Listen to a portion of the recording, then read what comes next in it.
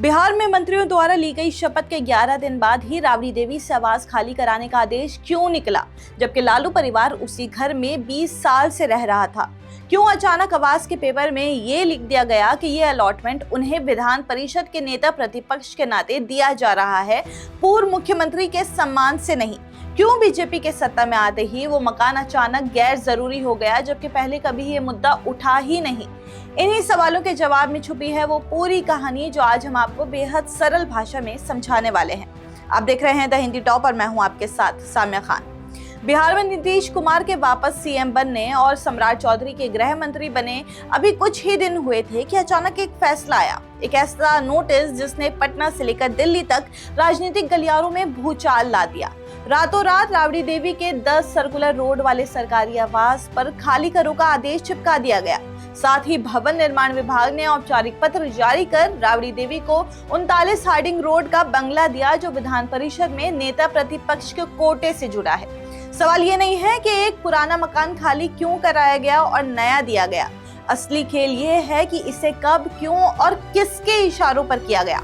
बिहार की राजनीतिक गलियारों में चर्चा है कि ये कोई सामान्य प्रशासनिक प्रक्रिया नहीं, बल्कि एक सोची समझी राजनीतिक रणनीति है। एक ऐसी रणनीति जिसका लक्ष्य सिर्फ एक मकान नहीं, बल्कि लालू और नीतीश के बीच बची कुची नजदीकियों को हमेशा के लिए खत्म करना है। पटना के राजनीतिक हलकों में इस घटना को सिर्फ नोटिस नहीं, बल्कि संकेत माना जा रहा है। संकेत इस बात का कि अब बिहार की राजनीति की स्टीयरिंग व्हील पूरी तरह दिल्ली के हाथों में है। राजनीतिक विश्लेषक साफ कह रहे हैं कि अभी बिहार की सरकार भले कागजों में जेडीयू प्लस बीजेपी की है, लेकिन असल कमान बीजेपी और अमित शाह के हाथ में है।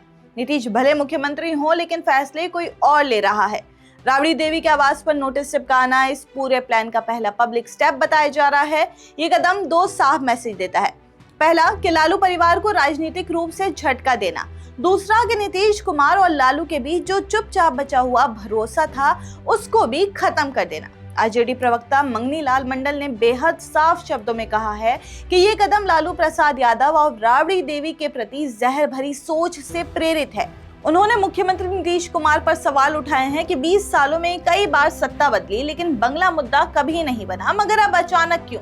क्या ये बीजेपी की चाल है? मंगनीलाल मंडल का मानना है कि गृह विभाग भाजपा के पास जाने के बाद लालू परिवार को अपमानित करने की कोशिश हो रही है। पार्टी ने फैसला लिया कि कोर्ट जाएंगे या जो भी जरूरी है कदम उठाएंगे, लेकिन बंगला नहीं छोड़ेंगे, बंगला खाली नहीं करेंगे। गौर करने वाली, सबसे चौंकाने वाली बात यह है कि राबड़ी देवी को यह आवास तब भी नहीं खाली करवाया गया जब आरजेडी के पास विधान परिषद में नेता प्रतिपक्ष की संख्या ही नहीं थी। गठबंधन बदलते रहे, सरकारें आती जाती रही, लेकिन कभी भी ये मुद्दा नहीं उठा। फिर अचानक अब क्यों? राजनीतिक विशेषज्ञ कहते हैं कि ये अचानक नहीं है, ये एक टाइम स्ट्राइक है। यानी जिस वक्त बीजेपी को लगा कि नीतीश की जरूरत फिलहाल खत्म हो गई है, उसी समय पहले दबाव वाला कदम उठा दिया। सबसे दिलचस्प बात यह है कि नए आवास के अलॉटमेंट लेटर में राबड़ी देवी को पूर्व मुख्यमंत्री मानकर घर देने की बात हटा दी गई। ये बदलाव सिर्फ कागजी नहीं है, ये एक राजनीतिक संदेश है। इसे ऐसे समझिए कि किसी पूर्व मुख्यमंत्री को उसके सम्मान के नाते जो सुविधाएं मिलती हैं वो एक तरह से लाइफ टाइम है, उससे उन्हें हटाकर सिर्फ विधान परिषद के नेता प्रतिपक्ष लिख देना ये बहुत कुछ बताता है।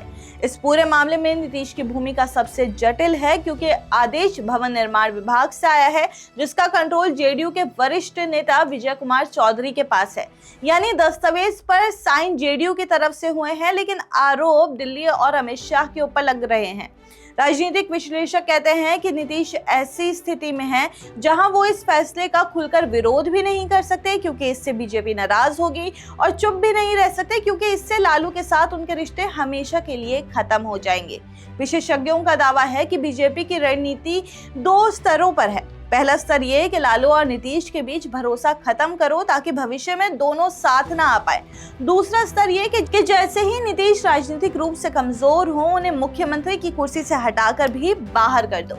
और ये तय है कि अगर कभी नीतीश कमजोर हुए तो उनके पास विकल्प सिर्फ लालू ही बचते हैं।